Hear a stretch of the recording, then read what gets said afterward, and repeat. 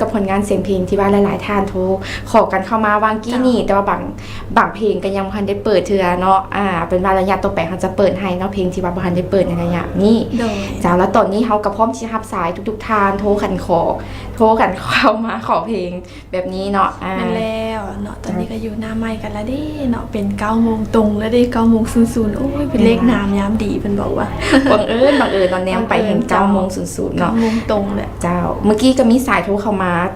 รบกวนโทรเข้ามาใหม่เด้อเพราะว่าเมื่อกี้บ่ทันได้รับสายเทื่อแม่นแล้วเนาะอยู่หลังไมค์เห็นสายจากทางไอ้เบาส้มซี่แน่หลากหลายสายหลายเสียงจังได๋ก็แนะนำโทรกันเข้ามาใหม่ได้ตอนนี้อยู่หน้าไมค์กันแล้วเนาะ1619535968เนาะอย่าลืมทักทายโอ้ลมกันได้อีกตืมเจ้าหรือว่าท่านใดอาจจะสะดวกฝากข้อความมาก็ได้ทาง Facebook โอ้เมืองลาวเฮาก็จะตอบแห้งใจให้กับทุกท่านเลยเอาเป็นว่าตอนนี้มีสายโทรเข้ามาเดี๋ยวขออนุญาตรับสายเจ้า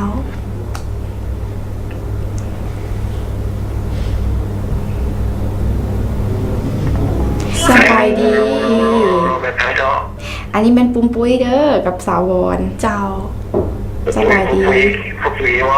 เจ้าสบายดีเจนมาวันจันทร์ฮอดวันพุธเด้อเนาะวันพฤหัสฮอดวันศุกร์เป็นมื้อพักเพิ่นเจ้าปุ้มปุ้ยกับวอนจะเป็นคนจัดมื้อวันพฤหัสและก็วันศุกร์2 วันเจ้าปุ้ยมาได้น้องลูกเพิ่งแบบได้ลูกเพิ่งจะได้บ่ลูกเพิ่งขาวบ่ลูกเพิ่งได้บ่เมื่อวานนี้นุ่งเสื้อสีขาวเจ้าสีขาวลูกเสียได้บ่น้องเสียได้บ่น้องนุ่งเสื้อสีขาวสบายท่านเป็นวอนเนาะเมื่อวานนี้นะเจ้าเสียขาวบ่แม่นขาวแบบบ่มีลายเลยมื้อนี้ใส่ชุดสีแดงมื้อนี้ใส่ชุดสีแดงคือกันลูกเสียได้ลูกเสียได้ไปกันลูกเสียได้ไปสลายแม่นสาววอนบ่จื้อสาววอนจังได๋เนาะเพราะว่ามื้อนี้ใส่เป็นสีแดงโอ้สาววอนสิคนทางไหนเด้บ่จื้อพิธีกรเก่าแล้วสาววอนนี่มาโดดแล้วได้สาววอนนี่คนเสียงขวางเจ้าพ่อว่าเจ้าพ่อเจ้าอยู่บ้านใดเนาะเจ้าพ่ออยู่บ้านใดเนาะเจ้าพ่ออยู่บ้านใดเนาะอยู่บ้านไหนเจ้าเนาะอยู่ทางเมืองแปกพุ่นแหละทางน้ำงำพุ่นแหละทางเมืองแปกแข็งเสียงขวางพุ่นแหละเนาะเคยไปอยู่ที่เมืองแปกโดยโอเคว่าโดยแม่นแล้วจ้ามื้อนี้ไอ้เคอยากฟังผลงานเพลงได้บ่โอ้เจ้าพ่อจะอยู่ได้เท่าใดเจ้าพ่อนี่นะจ้าน้องแฮดผู้ใดน้องแฮดผู้ใดบ่อยู่หนองแฮดเนาะโอ้ไกลหลายเนาะเจ้าคันน้อยก็เคยคันน้อยยังบ่ได้ไปซ้ำอยู่ทางเมืองคำพุ่นแหละเนาะหนองแฮดน่ะมันไกลอีหลีเจ้ามื้อนี้เจ้าผู้นึกเข้าผู้นึกตามจะต้องว่าผู้นึกลายจะต้องว่าสลายแม่น้องแม่แล้วสลายแม่น้องเด้อเนาะสลายแม่น้องวอนสะขาวแม่น้องปุ้มปุ้ยสลายแม่น้องปุ้มปุ้ย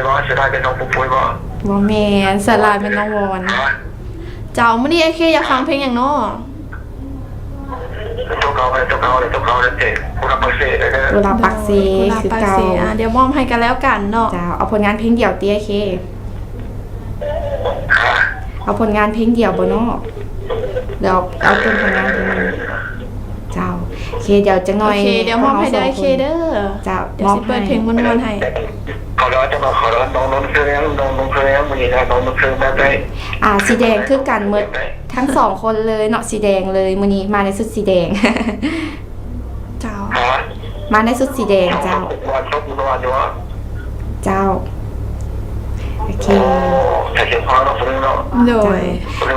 บางนอนนึงเสียดายน้องเนาะเจ้าโดยสงสัยเพิ่นเจ้าโอเคเดี๋ยวเนาะเจ้าเดี๋ยวมอบเพลงให้เด้อเจ้าเจ้าขอบใจด้วยเคเด้อเดี๋ยวเฮา2คนจัดเพลงให้เด้อกุหลาบปักเซเนาะเจ้าขอบใจสบายดีบ๊ายบายโดยเนาะสงสัยเพิ่นเบิ่งเป็นเทปเก่าในบ่เนาะของเมื่อวานนี้พุ่นใส่เสื้อลายปุ้ม